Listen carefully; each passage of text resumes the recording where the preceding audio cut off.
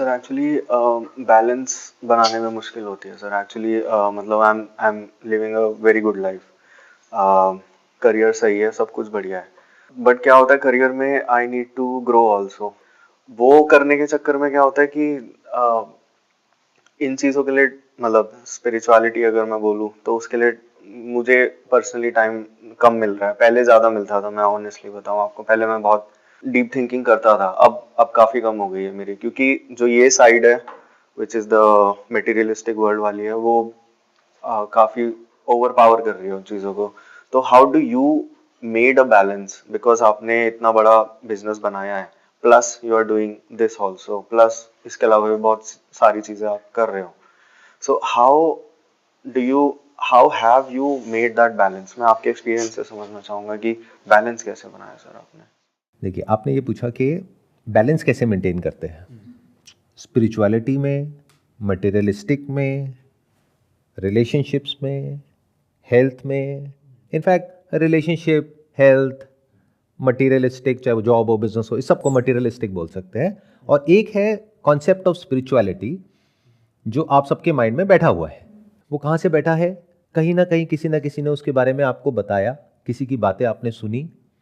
सिर्फ मेरे को तो देखा नहीं, मेरे को तो सुना नहीं, और भी बहुत लोगों को देखा, बहुत लोगों को सुना, तो सबने अलग अलग बातें बताई।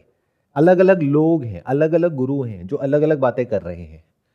कोई कहता है स्पिरिचुअलिटी का मतलब है कि आप हमारे यहाँ पे आइए, मेडिटेशन करिए। कोई कहता है ये मंत्र पढ़िए। कोई कहता है कि आपको ये करना पड़ेगा, वो करना पड़ेगा। अगर ये सब आप कर रहे हो तो आप स्पिरिचुअल हो। और इस सबको करने का क्या फ़ायदा होता है वो आप पूछते हो उन लोगों से, तो वो कहते हैं हाँ, आपका जो काम है उसमें भी आपको फ़ायदा होता है। तो हमको बड़ा एक कंफर्टेबल सी डेफिनेशन मिल गई है स्पिरिचुअलिटी की। वो क्या है कि स्पिरिचुअलिटी को हम यूज़ करेंगे अपनी लाइफ को बेटर बनाने के लिए। अगर ऐसा होता है तब तो स्पिरिचुअलिटी का फ़ायदा है, वरना स्पिरिचुअलिटी का क्या फ़ायदा है? क्या हो अगर मैं आपसे कहूँ कि ये जो स्पिरिचुअल पाथ है इस पे चल करके आपकी लाइफ बेटर नहीं होती है, क्या फिर भी चलोगे? और चलना ही क्यों है? क्योंकि ये बहुत ट्रेंडिंग है आज की डेट में। जैसे अगर हम अपनी इस प्लैनेट की बात करें तो अलग अलग कंट्रीज में अलग अलग वर्ड पॉपुलर है। आप किसी कंट्री में जाओ और ये वर्ड बोल दो स्पिरिचुअलिटी, वो कहेंगे क्या पागल है क्या, वहां कुछ और ही चल रहा है।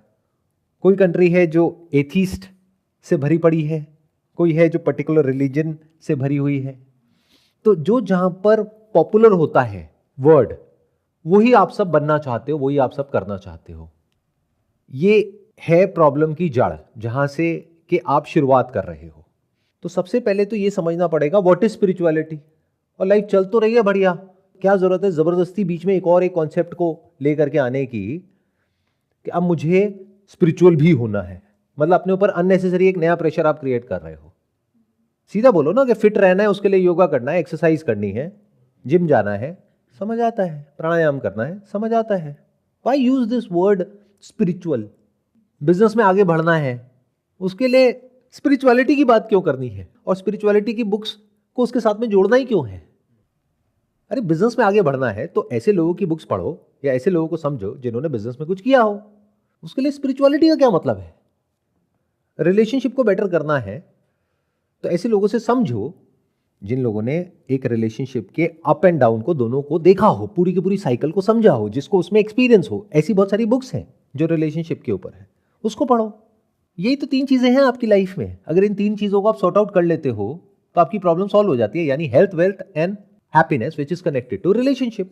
ये जबरदस्ती चौथा कॉन्सेप्ट क्यों बीच में घुसा रहे हो स्पिरिचुअलिटी नाम का?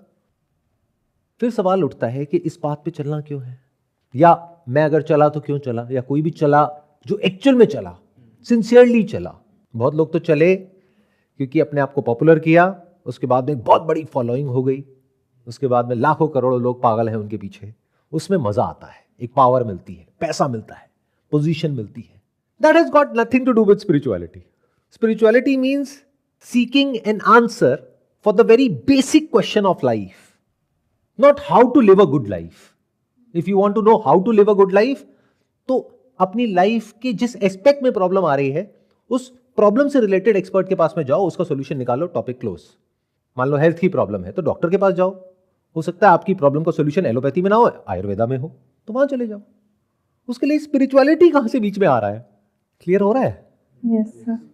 तो if you want to make your life better, it has got nothing to do with spirituality. इस बात को पहले तो गहराई से समझ लो.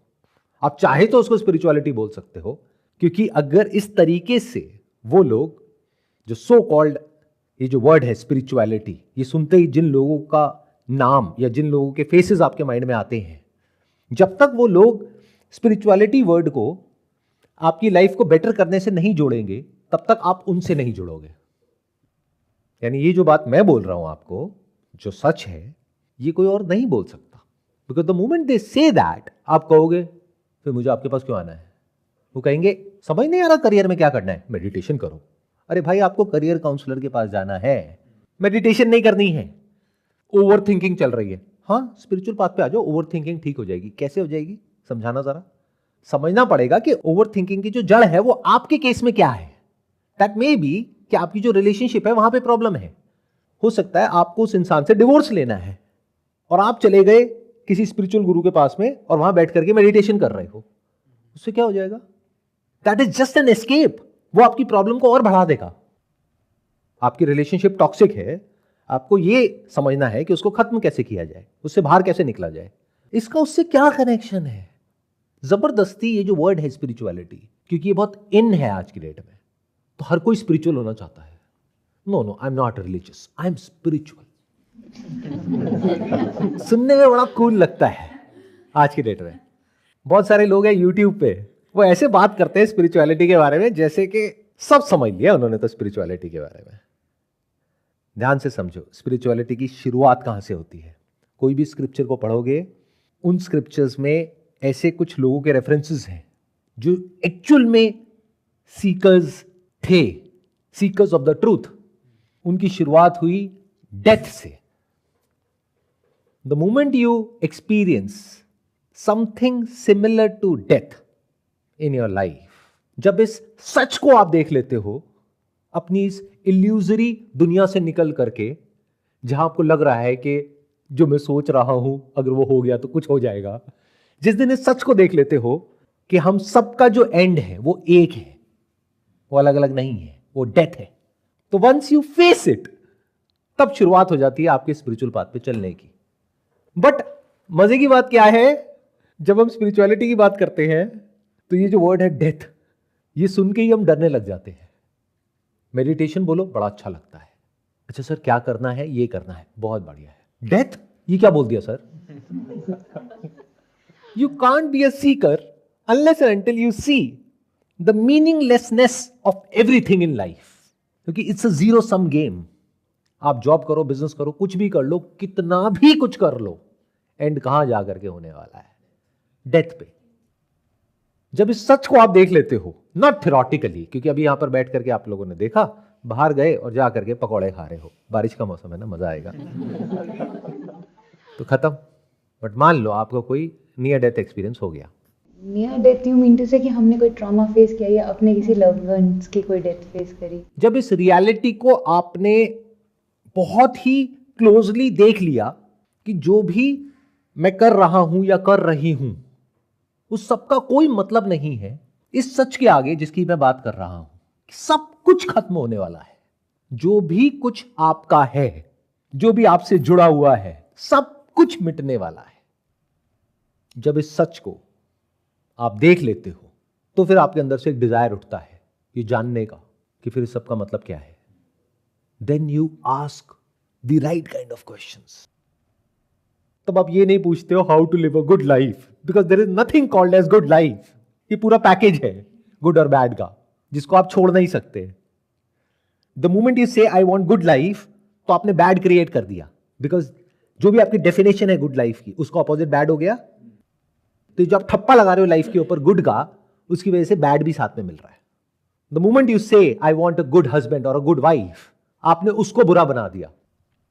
जैसे आपने ये कहा कि वो अच्छा है, क्योंकि उसकी जिस क्वालिटी को आपने अच्छा कहा, उसकी अपोजिट जो क्वालिटीज जो उसके अंदर है, हो सकता है अभी आपको दिख रही है नहीं दिख रही है, वो सब बुरी हो गई. तो गुड लाइफ क्या होती है? लाइफ को बेटर करना क्या होता है? The moment you want to make your life better, आपने अपनी लाइफ को खराब कर दिया. ये मैंने बहुत बड़ी बात बोली है, but I am not sure आप में से कितनों को समझ आ रही है, क्योंकि सुबह से रात तक आप यहीं भटक रहे हो. चाहे यूट्यूब पे, चाहे किसी गुरु के पास में, चाहे यहाँ चाहे वहाँ, और सिर्फ यही क्वेश्चंस पूछ रहे हो कि सर मेरे ये जो थॉट्स हैं ना, ये मेरे को बड़ा तंग करते हैं, ओवर थिंकिंग, बताओ ना इसका सोल्यूशन क्या है। जैसे ही आपने ठप्पा लगाया कि ये थिंकिंग, ओवर थिंकिंग बुरी है, आपने इसका एक अपोजिट क्रिएट कर दिया, थॉटलेस स्टेट, जो कि अच्छी है। यानी आपने थिंकिंग को बुरा कर दिया। वो थिंकिंग जिसके थ्रू इस दुनिया में कुछ भी करना है, तो वो सिर्फ थिंकिंग के थ्रू हो सकता है और किसी के थ्रू हो ही नहीं सकता है। चाहे मटेरियल वर्ल्ड में आपको कुछ करना हो, चाहे स्पिरिचुअल वर्ल्ड में करना हो, अगर आपकी थिंकिंग शार्प नहीं है तो आप कुछ नहीं कर सकते। आप बेवकूफ हो, एक कठपुतली की तरह हो जिसको कोई और नचाएगा, चाहे इस दुनिया में हो चाहे स्पिरिचुअल दुनिया में हो। यहां तक मेरे साथ साथ में चल पा रहे हैं? तो अब सवाल उठता है जो आपने पूछा कि भाई मेरी शुरुआत कैसे हुई। तो मेरी शुरुआत ऐसे हुई, I had a near death experience. मैं एक पर्टिकुलर तरह की मेडिटेशन करने गया था, जो करने गया था वहाँ पे वो तो हुआ नहीं, कुछ और ही हो गया। तो वो जो हुआ, वो एक्सपीरियंस कुछ ऐसा था कि सब कुछ ही बदल गया। मतलब कि उससे पहले मैं एक ऐसा एंटरप्रेन्योर था जिसको एक बहुत बड़ा बिजनेस बिल्ड करना था, एक यूनिकॉर्न कंपनी खड़ी करनी थी, इन्वेस्टर्स से बात चल रही थी, फंडिंग रेज होने ही वाली थी। और जैसे ही मैं वहाँ से वापस आया तो एकदम ही सब कुछ बदल गया। मैंने कहा इस सब का मतलब क्या है। I experience something very close to death, death of everything which we call as the self, जिसको भी मैं बोलता था या बोलता हूँ, उस सब की मौत होते हुए मैंने देखी। तो जैसे ही वो देखी तो एकदम से सब कुछ बदल गया। तो वहाँ से शुरुआत हुई इस थॉट की, क्या वो करता हूँ जो एक्चुअल में डीप विद इन मेरे अंदर से आ रहा है। वहाँ से शुरुआत हुई मेरे इन फ्री सेशंस की 2012 में।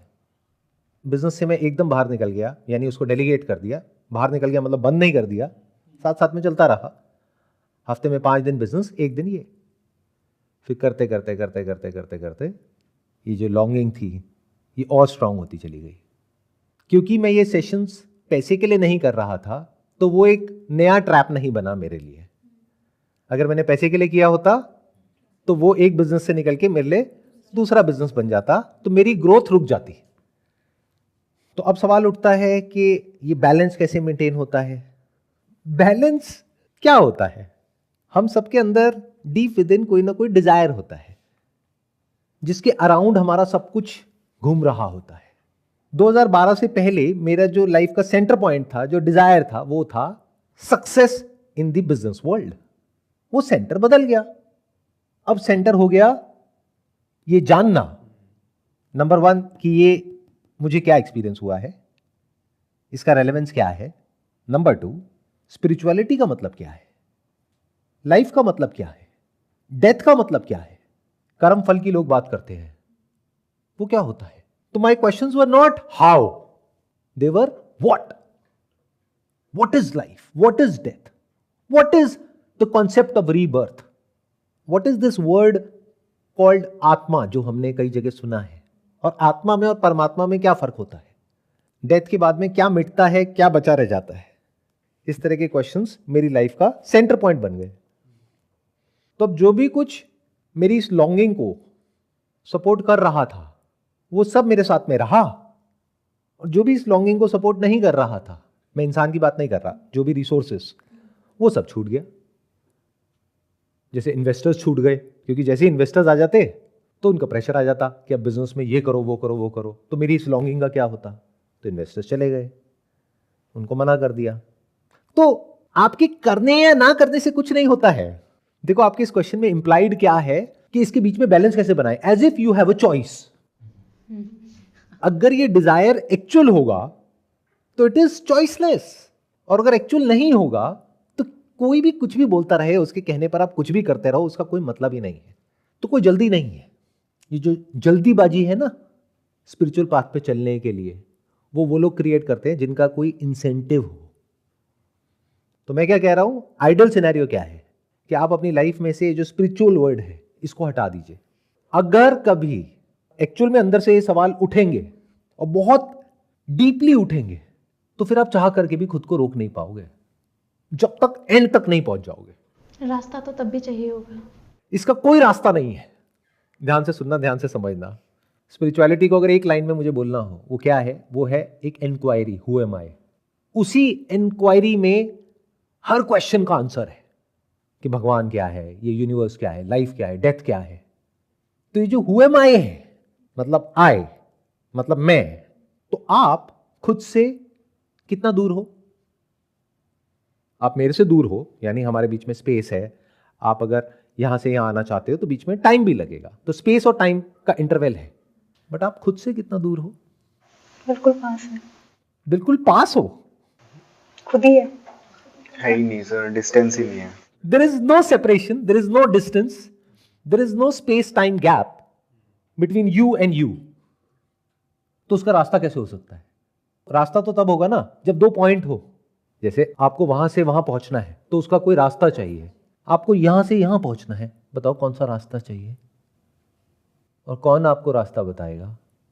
और वो जो रास्ता बता रहा है वो बता क्यों रहा है? ये तो सवाल हम कभी पूछते ही नहीं है। उसका क्या इंसेंटिव है? उसको क्या मिल रहा है ये करके?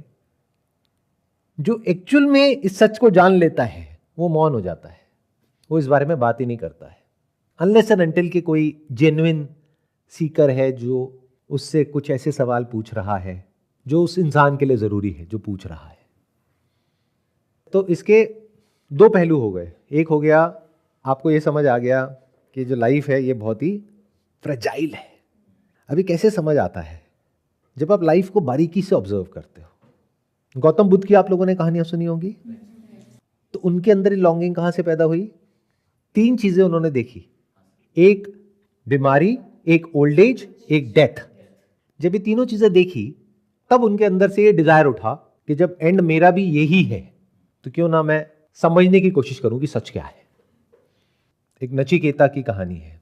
नचिकेता और यमराज के बीच की कॉन्वर्सेशन है, उसको सुनो, उसको पढ़ो, बहुत इंटरेस्टिंग है। अगेन यमराज मतलब death, the Lord of death, उनके बीच की कॉन्वर्सेशन। सर जैसे कोई भी खतरा पास में आता है और उसमें हमें लगता है कि हम खत्म होने वाले, उसके जैसे ही नजदीक में आते हैं तो सर वो एकदम या तो फ्लाइट मूवमेंट एक्टिवेट हो जाता है। अभी पता है कि इस जगह पे मेरा कि मैं खत्म हो सकता हूँ, तो वहाँ पे सर उसके बाद सर वहाँ पे जो बिल्कुल नजदीक आके पता चलता है कि आप यहाँ पे जाके मतलब आपकी कैलकुलेशन सब कुछ फेल हो गई और यहाँ पे आप खत्म हो सकते हो या आप किसी पहाड़ से गिर सकते हो, जो भी एग्जाम्पल है। उससे सर एकदम या तो आप उस मोमेंट पे मतलब बेहोश हो जाते हो या फिर मतलब खतरा पास आते आपको एकदम लाइवनेस भी फील होती है सर। लेकिन फिर सर वो नियर टू डेथ एक्सपीरियंस ही है ना वो। होता क्या है कि जब ऐसा कुछ हमारे साथ में होता है, ऐसा नहीं कि आप लोगों के साथ में ये सब नहीं हुआ है, बहुत बार हुआ है। कई बार हुआ नहीं है कि कहीं जा रहे हो गाड़ी से या बाइक से और कोई एक्सीडेंट होते होते बच गया, मरते मरते बच गए। लेकिन होता क्या है कि उस वक्त हम खुश होते हैं, अरे बच गए बच गए बच गए बच गए, बस। या कोई बीमारी हो जाती है तो हम ये सोचते हैं कि इस बीमारी से छुटकारा कैसे मिले फटाफट से। या अगर हमारे आसपास में कोई बीमार हो जाता है या कोई मर जाता है तो हमारे अंदर ये थॉट नहीं आता कि अगला नंबर हमारा है। हम ये सोचते हैं कि नहीं नहीं, ये बीमारी तो हमें नहीं हो सकती। बीमारियां तो दूसरों के लिए होती हैं, जो जानलेवा बीमारियां होती हैं, आपको कैसे हो सकती है? आपकी तो इम्यूनिटी बहुत स्ट्रांग है। तो जब लाइफ की फ्रेजिलिटी को आप देख लेते हो, ये जो परस्यूट ऑफ सक्सेस है, परस्यूट ऑफ हैप्पीनेस है, इसकी मीनिंगलेसनेस को आप देख लेते हो, जब आपको ये समझ आ जाता है it is a zero sum game, यानी एंड में जहां से शुरू किया था घूम करके फिर वहीं पहुंच जाते हो। जब ये सब बातें समझ आ जाती है, not theoretically but actually, and you are intelligent enough, मतलब आप थॉट से फ्री नहीं हो गए हो। बहुत लोग हैं स्पिरिचुअलिटी के नाम पर थॉट से फ्री होने निकल गए। जब आपका थॉट इतना पावरफुल हो गया है कि आप वन पॉइंटेड फोकस के साथ इस चीज को देख पा रहे हो, यानी आपके लाइफ का सेंटर पॉइंट बन गया है दैट मुझे लाइफ में उस क्वेश्चन का जवाब चाहिए, और वो जवाब नहीं जो वो कह रहे हैं कि सही है या कोई कह रहा है कि गलत है, वो जवाब जो एक्चुअल में सही है, उस क्वेश्चन का मुझे जवाब चाहिए। वो क्वेश्चन क्या है? हु एम आई। अरे आपने दुनिया जहान की नॉलेज गैदर कर ली, आपको सब पता है इस यूनिवर्स के बारे में, गैलेक्सीज के बारे में, प्लैनेट के बारे में, पूरे चलते फिरते एनसाइक्लोपीडिया हो, सब रटा पड़ा है। आपसे कोई सवाल पूछेंगे, सारे जवाब हैं आपके पास। लेकिन आपसे एक सवाल पूछा जाएगा, आप कौन हो? और कोई जवाब नहीं है। तो क्या किया पूरी जिंदगी में? क्या ऐसी लाइफ का कोई मतलब है? जब तक इस इल्यूजन में हो कि इस बेमतलब जिंदगी से कुछ मिल जाएगा आपको या कुछ हो जाएगा, तो जीते रहो। अगर कभी ये डिज़ायर उठना होगा, यानी अपने करियर पे एक लेवल तक आ गए, हेल्थ को ठीक ठाक करके देख लिया, रिलेशनशिप को भी ठीक ठाक करके देख लिया, फिर भी अंदर एक वॉइड है और एक छोटे मोटे जो नुस्खे होते हैं उससे आप सेटिस्फाइड नहीं हो, टेक्निक से आप सेटिस्फाइड नहीं हो रहे हो, कि कोई भी आया आ करके आपको एक टेक्निक दे करके चला गया, एक काम करो, आपको अपने मन को शांत करना है, ऐसे बैठ जाओ और ये बोलना शुरू कर दो। जब ये बचकानी चीज़ें आपको समझ नहीं आ रही हैं, तब आपके अंदर एक क्वेश्चन उठता है, हु एम आई? और वो क्वेश्चन आपकी लाइफ का सेंटर पॉइंट बन जाता है। उसके सेंटर बनने से क्या मिलता है, क्या चला जाता है? कुछ भी नहीं जाता है, अगर सही से ये क्वेश्चन आपके अंदर उठा है तो। क्योंकि इस क्वेश्चन को समझने के लिए कहीं जाने की जरूरत नहीं है, किसी पहाड़ पे इसका आंसर नहीं है। मैंने क्या कहा, आप खुद से कितना दूर हो? There is no gap, there is no distance, तो कहीं जाने की जरूरत नहीं है। हमारा मटेरियल बस वर्ड से मतलब इंटरेस्ट खत्म नहीं हो जाएगा, हम ये चीज समझ गए। क्यों खत्म हो जाएगा? क्योंकि बिना मटेरियल वर्ल्ड को समझे आप ये समझ ही नहीं सकते। क्योंकि सिर्फ ये नहीं समझना कि मैं क्या हूं, you need to understand you in relation to this universe. जो इंसान में इतनी भी अकल नहीं है कि वो इस दुनिया को समझ जाए, मटेरियल वर्ल्ड को समझ जाए, क्या वो रियल स्पिरिचुअलिटी के मतलब को समझने के लायक भी है? तो मटेरियल वर्ल्ड को आप जितना समझोगे उतना ही स्पिरिचुअल वर्ल्ड में आपका इंटरेस्ट और बढ़ जाएगा। ये जो सो कॉल्ड सक्सेसफुल लोग होते हैं, जो पैसे के पीछे पागल हुए पड़े हैं, बिलियनर्स हैं, मिलियनर्स हैं, बहुत पैसा है, आपको क्या लगता है इनकी समझ बहुत अच्छी होती है इस यूनिवर्स के बारे में? उनकी थिंकिंग बहुत नैरो होती है। आप लोगों को ये बात समझ नहीं आएगी, बट मैं ऐसे लोगों के साथ में रहता हूं। साथ में रहता हूं मतलब एक घर में नहीं रहता, आसपास घर है। तो ऐसे जो लोग होते हैं, अगर मैं उनके आपको नाम बताऊंगा तो आप कहोगे अरे वाह, आप कहोगे क्या बात है, ये तो पता नहीं क्या है, पता नहीं क्या है। कुछ भी नहीं है। उनको उनका जो प्रोडक्ट है, वो सर्विस है, उनका जो बिजनेस है, उसके अलावा कुछ पता ही नहीं है। मतलब मुझे अपने आप को उनके सामने जा करके इंट्रोड्यूस करना पड़ता है। Can you imagine? मतलब कितने इग्नोरेंट है वो। मैं झूठ नहीं बोल रहा, सच बोल रहा हूं। अभी 4 दिन पहले एक बहुत बड़ी कंपनी है, इतनी बड़ी, जिसके जो प्रोडक्ट्स हैं और सर्विसेज है, जिसको आप लोग ऑलमोस्ट डेली यूज कर रहे हो, उस कंपनी के फाउंडर से मैं फेस टू फेस मिला। मेरा घर और उनका घर ऑलमोस्ट साथ साथ में है, हम एक ही सोसाइटी में रहते हैं। और मैंने उनसे हाथ मिलाया, मैंने कहा हाय दिस इज संदीप। कहते संदीप व्हाट? मैंने कहा महेश्वरी। कहते ओके।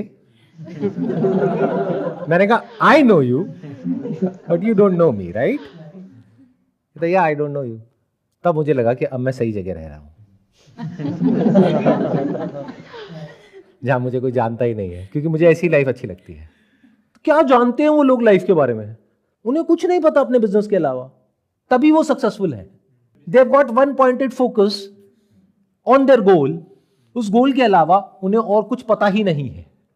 तो उनके अंदर ये डिजायर कभी उठ ही नहीं सकता हु एम आई, क्योंकि वो जो उनका थॉट है कि मुझे अपने बिजनेस को और बड़ा करना है, अब उस थॉट ने उनको ओवर पावर कर लिया है। अगर आज उसके बिजनेस की वैल्यूएशन है 1 लाख करोड़, तो जब तक वो 10 लाख करोड़ नहीं हो जाएगी वो रुकने वाला नहीं है।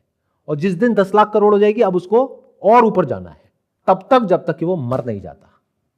तो देखने में आपको लगता है कि वो लोग पता नहीं कितना कुछ जानते हैं, वो सक्सेसफुल है हमारे, इतने सक्सेसफुल हैं, तो पता नहीं उनकी नॉलेज कितनी होगी, which is not true at all. उनकी क्वालिटी ऑफ नॉलेज आपसे बेटर है, बट क्वांटिटी ऑफ नॉलेज आपसे बहुत कम है। उन्हें कुछ नहीं पता है दुनिया में क्या चल रहा है अपने बिजनेस के अलावा, तभी उनका बिजनेस इतनी तेजी से ग्रो कर रहा है। वो जिससे भी मिलते हैं उनका एक ही टारगेट होता है कि इस इंसान से मुझे क्या फायदा है तो उससे बात करते हैं, नहीं तो 1 सेकंड भी अपना वेस्ट नहीं करते हैं। तो ऐसा आदमी क्या सीखेगा? उसकी लाइफ का सेंटर पॉइंट क्या है? मेरे बिजनेस का फायदा, मेरा फायदा, बस खत्म। इसके बाहर उनकी लाइफ है ही नहीं। इसकी वजह से उनकी लाइफ में कोई प्रॉब्लम है? लाइक अगर वो 1 पॉइंटेड है, कोई प्रॉब्लम नहीं है और बहुत अच्छी लाइफ है। That is what I am saying.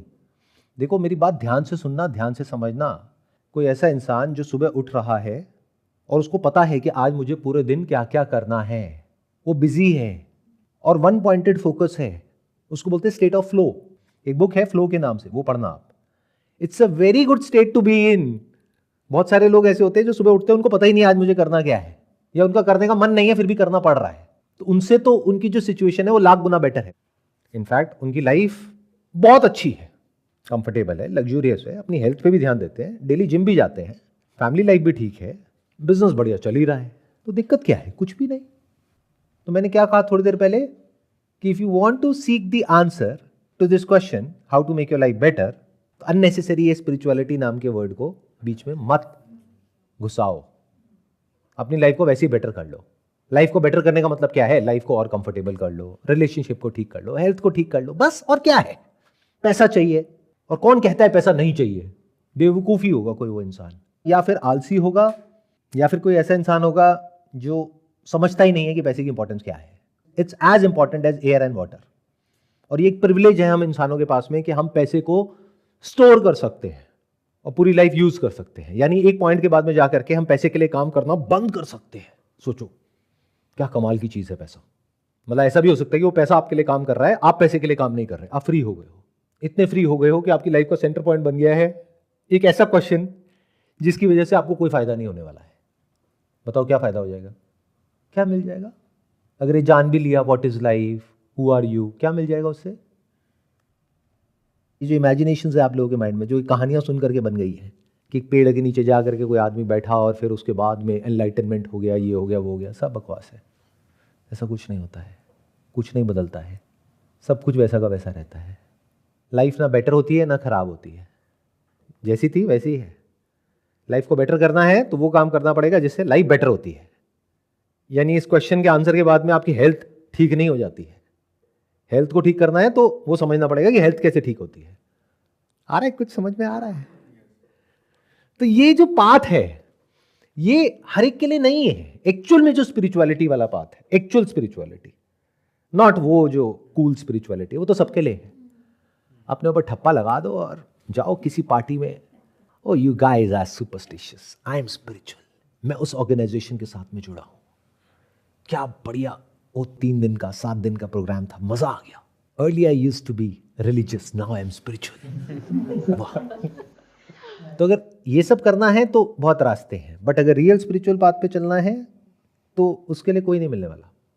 उसके लिए आपके पास में कोई सपोर्ट सिस्टम नहीं है, कोई ऐसा इंसान नहीं है कि जो आ करके आपकी उंगली पकड़ करके आपको वहाँ तक ले जाए। खुद चलना होगा। एक ऐसे क्वेश्चन के साथ ठहरना होगा पूरी ज़िंदगी के लिए, जिसको जानने के बाद में भी आपको कुछ नहीं मिलने वाला है। मिलना इन द सेंस जो भी आप मिलने का मतलब समझते हो वैसा कुछ नहीं होता है। इन सिंपल वर्ड्स, आप क्या चाहते हो? माइंड के लेवल पे जो प्रॉब्लम्स है वो सारी सॉल्व हो जाए? नहीं होगी।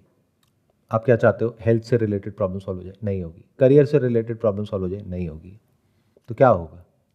कुछ ऐसा जान लोगे जो जानने के बाद में डीप विद इन, यानी एक हो गया आपकी लाइफ का सरफेस लेवल, सुपरफिशियल लेवल, जैसे लोग आपको समझते हैं कि आप हो, बट डीप विद इन जो आप हो उसका जो सेंटर पॉइंट है वो सेंटर मिट जाएगा।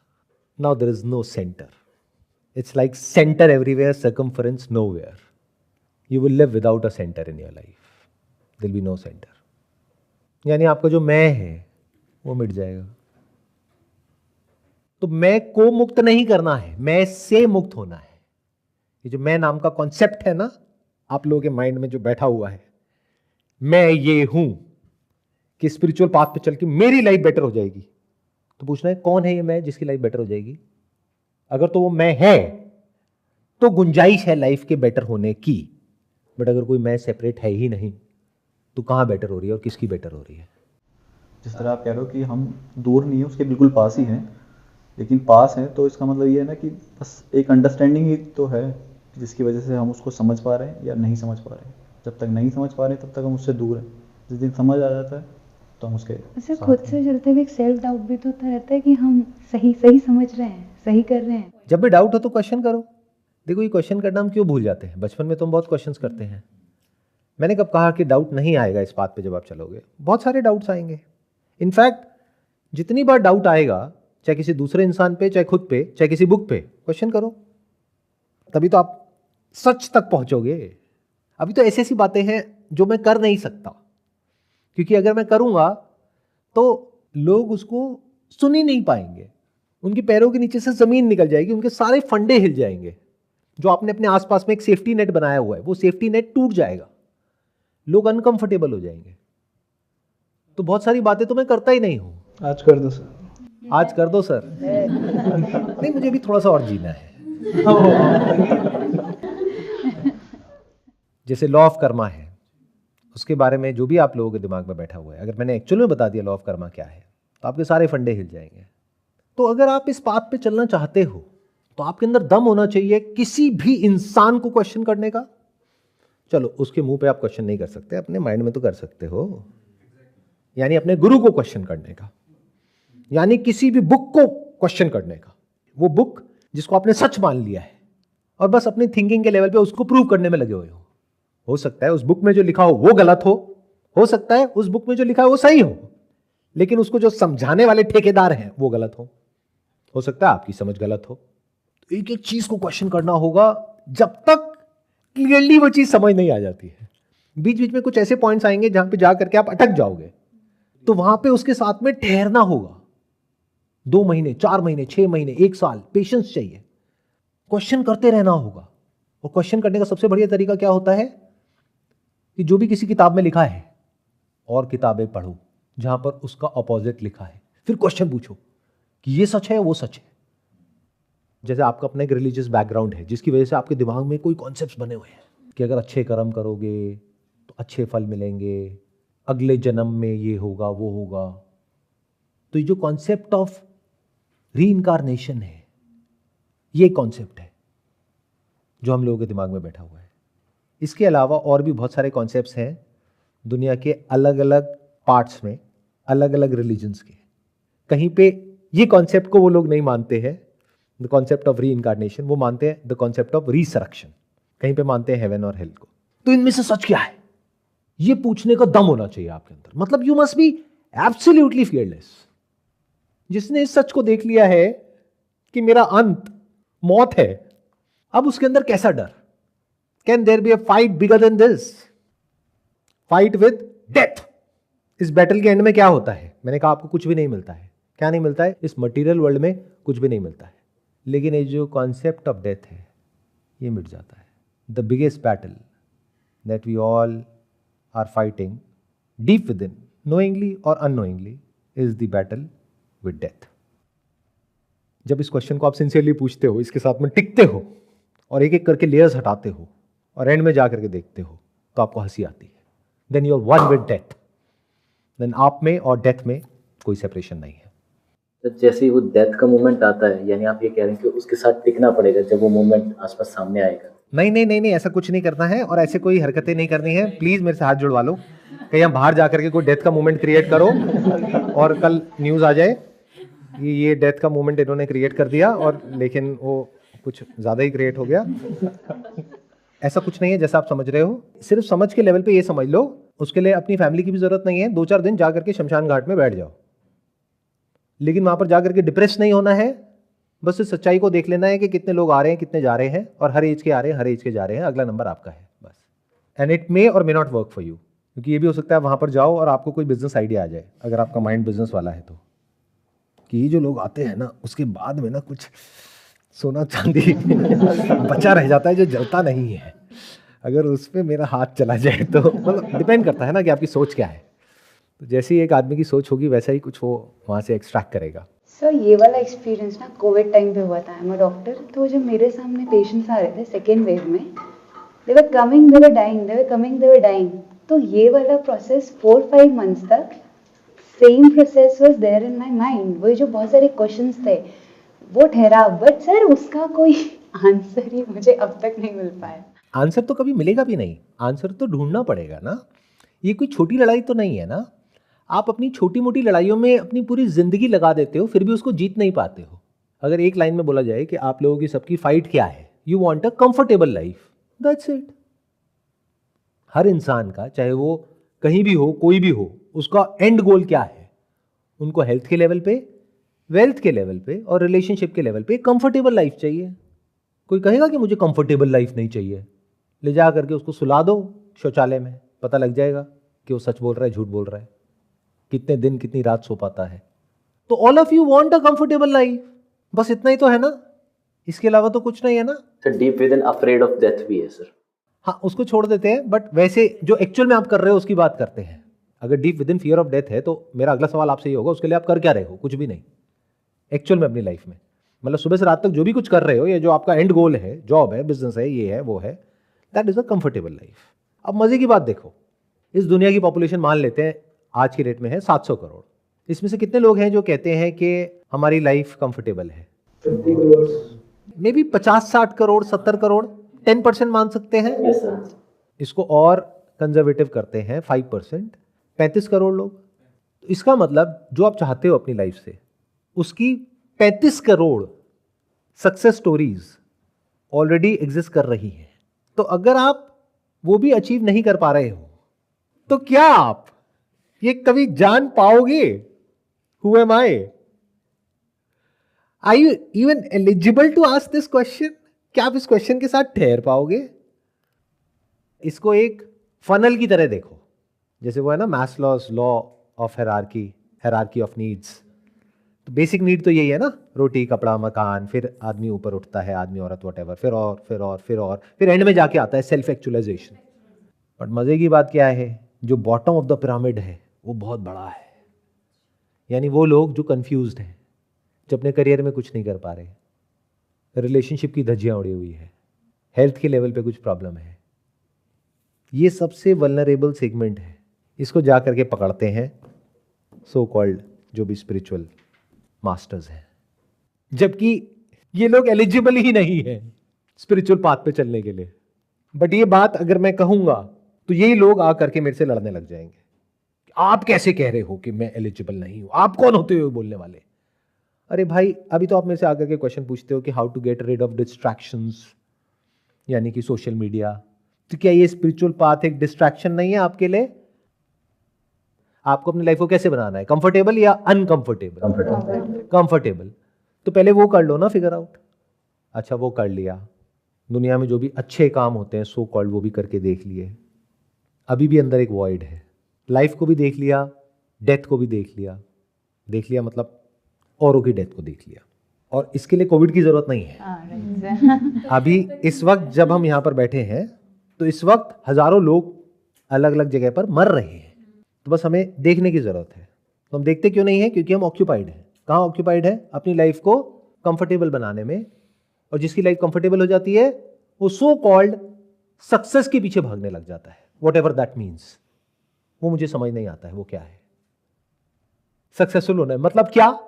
मतलब in comparison to someone else. नहीं तो सक्सेस का क्या मतलब है? लाइफ का अल्टीमेट गोल क्या है किसी भी जानवर का? इंसान भी एक जानवर ही है ना। Comfortable life. अरे तो लाइफ कंफर्टेबल हो तो गई, तो अल्टीमेट गोल अचीव हो तो गया। अब क्या है? अब मुझे नेम चाहिए, फेम चाहिए, और पैसा चाहिए, और पोजीशन चाहिए, और सक्सेस चाहिए, और बड़ी कंपनी खड़ी करनी है, वॉट एवर दैट मीन्स। इसको ग्रीड बोलते हैं। Comfortable life is not a greed, it's a need for everyone, including but not limited to humans. अब आप एक रेस में भाग रहे हो, सक्सेसफुल होने की रेस, जो आप कभी भी नहीं जीत सकते, क्योंकि और लोग ये मानने ही नहीं वाले कि आप उनसे ज्यादा सक्सेसफुल हो। जिनको आप मनवाने की कोशिश कर रहे हो वो आपको गिरता हुआ देखना चाहते हैं। तो अब मरते दम तक ये खेल खेलते रहो, कुछ हाथ में नहीं आने वाला। अगर आपके अंदर इतनी भी अकल नहीं है और स्पिरिचुअल पाथ पे आ रहे हो, क्या मतलब है? इसलिए इसको मिडिल पाथ भी बोलते हैं। ना तो ये ऐसे लोगों के लिए है जो लाइफ में बिल्कुल ही कुछ नहीं कर पा रहे हैं, ना ये उन लोगों के लिए है जिनको अभी लाइफ में बहुत कुछ करना है। बहुत कुछ करना है तो पहले कर लो, अकल होगी तो समझ आ जाएगा उस सब में कुछ नहीं पड़ा है। फिर ये मिडिल पाथ पे आ जाना कि ना तो मैंने सब कुछ छोड़ा ना सब कुछ पकड़ा। अब बीच में आराम से चलते हैं और देखते हैं कि लाइफ का मतलब क्या है। यानी कि जो जिंदगी की एक्चुअल में सबसे बड़ी बैटल है वो है to get a comfortable life, not to be a billionaire. Life का अल्टीमेट गोल बिलियनियर बनना तो नहीं है ना। आप बिलियनियर तो बन गए, लेकिन उसके चक्कर में हेल्थ की धज्जियां उड़ गई, रिलेशनशिप की धज्जियां उड़ गई, या मान लो हेल्थ भी ठीक है, रिलेशनशिप भी ठीक है, लेकिन माइंड की धज्जियां उड़ी पड़ी है। माइंड के लेवल पे एजिटेटेड हो, फ्रस्ट्रेटेड हो, भरे पड़े हो अंदर से गुस्से से। गुस्सा कब आता है? जैसा हम चाहते हैं वैसा नहीं होता है तो गुस्सा आता है। तो ऐसे लोगों को बड़ा गुस्सा आता है, क्योंकि उनका जो सेंस ऑफ सेल्फ है वो बहुत ज़्यादा रिजिड होता है, ईगो बहुत स्ट्रांग होती है, उनको ऐसा लगता है कि पूरी दुनिया मेरे हिसाब से चल रही है, तो जैसे ही उनके हिसाब से कुछ नहीं होता है उनको गुस्सा आता है। तो ऐसी लाइफ का क्या फ़ायदा? यानी साइकोलॉजिकली उनकी वॉट लगी हुई है। तो लाइफ का अल्टीमेट गोल क्या है? To get a comfortable life. अगर इस बैटल को आप जीत लेते हो, यानी उन 700 करोड़ में से 35 करोड़ लोगों में आ जाते हो, now you are eligible to fight the biggest battle of life, that is the battle between you and death. इसमें कौन जीतता है? Death. In 99.99% of the cases, 0.00001% cases में कहीं पर कोई होता है या होती है जिस बैटल को जीत लेता है। They are absolutely fearless of death. तो उनके लिए जब डेथ नहीं है तो बर्थ कहां है, और जब बर्थ नहीं है तो रीबर्थ कहां है, और रीबर्थ नहीं है तो कर्म कहां है, कर्म नहीं है तो फल कहां है। उनके लिए आत्मा में परमात्मा में कोई फर्क नहीं होता है। आत्मा मतलब मैं। Just to give you an example, जैसे एक नदी है, उसमें एक लहर है, तो उस लहर को आप बोल सकते हो आत्मा, जो किसकी बनी है? पानी की। और पूरी जो नदी है उसमें जो पानी है, और नदियों में जो पानी है, समुद्र में जो पानी है, उसको कलेक्टिवली आप बोल सकते हो परमात्मा। बट दोनों क्या है? पानी। उसका कोई सेपरेट एग्जिस्टेंस तो नहीं है ना। लहर को लग सकता है कि मेरी एक सेपरेट एग्जिस्टेंस है, मेरी फॉर्म अलग है उस फॉर्म से, बट एक्चुअल में तो सत्य पानी ही है ना। बिल्कुल ऐसे जैसे हमारी बॉडी के अंदर स्पेस है, बाहर भी स्पेस है, तो बाहर जो स्पेस है उसको आप बोल दो परमात्मा, और जो अंदर स्पेस है उसको बोल दो आत्मा। बट क्या दो अलग अलग है? अगर मैंने चेयर शिफ्ट कर दी तो यहां जो स्पेस थी अब मैं इस स्पेस में आ चुका हूं, तो अभी तक मैं आत्मा था, अब मैं परमात्मा में हूं। अगर कॉन्सेप्चुअली समझें तो डिफरेंस खत्म हो गया है। तो होता क्या है कि ये जो सेंटर है ना जिससे आप सब ऑपरेट कर रहे हो, उस सेंटर में क्या है? Desire and fear. Desire which is by its very nature self centric, और जब आपके उस सेंस ऑफ सेल्फ को खतरा होता है तो वहां पर होता है fear. You are always living in fear. तो सरफेस लेवल पे वो डिजायर और फियर रहता है, क्योंकि बॉडी माइंड के स्ट्रक्चर पे कुछ भी नहीं बदलता है, सब कुछ वैसे ही रहता है पहले जैसा। बस थोड़ी सी प्रायोरिटीज चेंज हो जाती है लाइफ की, लाइफ थोड़ी सी सॉर्ट आउट हो जाती है, लेकिन डीप विद इन जो आपका सेंटर है वो गायब। जैसे अभी अगर आपको हेडेक होता है तो आप क्या करते हो? कहीं किसी लोकल नाई के पास में जाकर के चंपी करा लेते हो, हेड मसाज, या कोई गोली खा लेते हो। आपकी वीडियोस मेरी वीडियोस देख के हेडेक बढ़ता है कम होता है? कम होता है।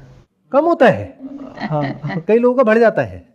ऐसी वीडियो देख के तो स्पेशली बढ़ेगा, इसीलिए मैं ऐसी वीडियोस अब बनाता ही नहीं हूँ। रेयर बनती हैं ऐसी वीडियोस। कहाँ है? जिसको जानना है वो जान लेगा, उसको मेरी कोई ज़रूरत नहीं है, और जिसको नहीं जानना है उसके लिए क्यों फालतू बड़बड़ करना है। तो हेडेक क्यों होता है? ज़्यादा सोचने की वजह से। Right sir. ज़्यादा क्यों सोचते हो? बोलते रहते हैं। या तो कोई डिज़ायर होता है या फियर होता है, उसकी वजह से एंजाइटी होती है। या कुछ चीज ऐसे नहीं हो रही जैसे हम चाहते हैं। हाँ, जैसे आप चाहते हो वैसी नहीं हो रही तो आप सोचते रहते हो। अब उसमें दो तरह की प्रॉब्लम्स होती हैं। एक जिसका सोल्यूशन निकल सकता है, तो अगर उसका सोल्यूशन निकल सकता है फिर भी आप अननेसेसरी बैठे बैठे सोच रहे हो, यानी आपको सोचना नहीं है, आपको जा करके गूगल पे सर्च करना है या चैट जीपीटी पे जा करके पूछना है कि इसका सोल्यूशन क्या है, लेकिन आप सोल्यूशन नहीं निकाल रहे, आप बस बैठ करके सोच रहे हो, या ऐसी चीज़ों के बारे में सोच रहे हो जिसका कोई मतलब ही नहीं है कि उसने मुझे ऐसा क्यों बोला।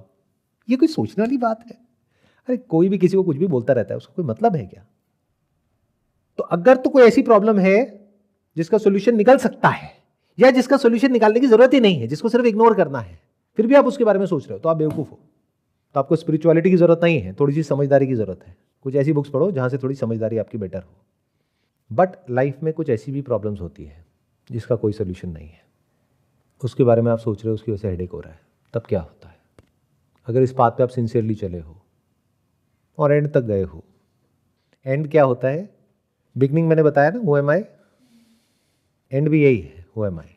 एक ऐसा पॉइंट आता है जहां पर जा करके आप साइलेंट हो जाते हो, चुप हो जाते हो, कुछ बोलने के लिए नहीं होता है, किसी को कुछ समझाने के लिए नहीं होता है, किसी को कुछ प्रूव करने के लिए नहीं होता है। तो ये जो बिगनिंग है और एंड है ये सेम है। तो जब ऐसे में हेडेक होता है, यानी किसी ऐसी प्रॉब्लम की वजह से जिसका कोई सोल्यूशन नहीं है, then you come back to the centre and you ask yourself who am I, और आपके जो थॉट्स हैं जिसकी वजह से हेडेक हो रहा था, वो थॉट चलने बंद हो जाते हैं। बट अगर आपको लग रहा है ये कोई बहुत बड़ी चीज़ है तो इट्स इररेलेवेंट, क्योंकि जो इंसान एक्चुअल में खुद को जान जाता है उसके लिए headache, non headache, thinking, over thinking, good bad, अच्छाई बुराई, इन सब चीज़ों में कोई फ़र्क नहीं रह जाता है। बट ये बहुत बड़ी बातें हैं, इसलिए मैं कर नहीं सकता हूँ खुल करके, नहीं तो लोग कहेंगे आप कैसी शिक्षा दे रहे हो समाज को, एज इफ कि मैंने ठेका लिया है समाज का। प्रॉब्लम क्या होती है इस बात पे, जब आप चलते हो ना और आप एक्चुअल में जो सच है उसको एज इट इज़ देख लेते हो, तो आप झूठ तो बोल नहीं सकते, सच सुनने वाला कोई है नहीं, इसलिए वो इंसान मौन हो जाता है।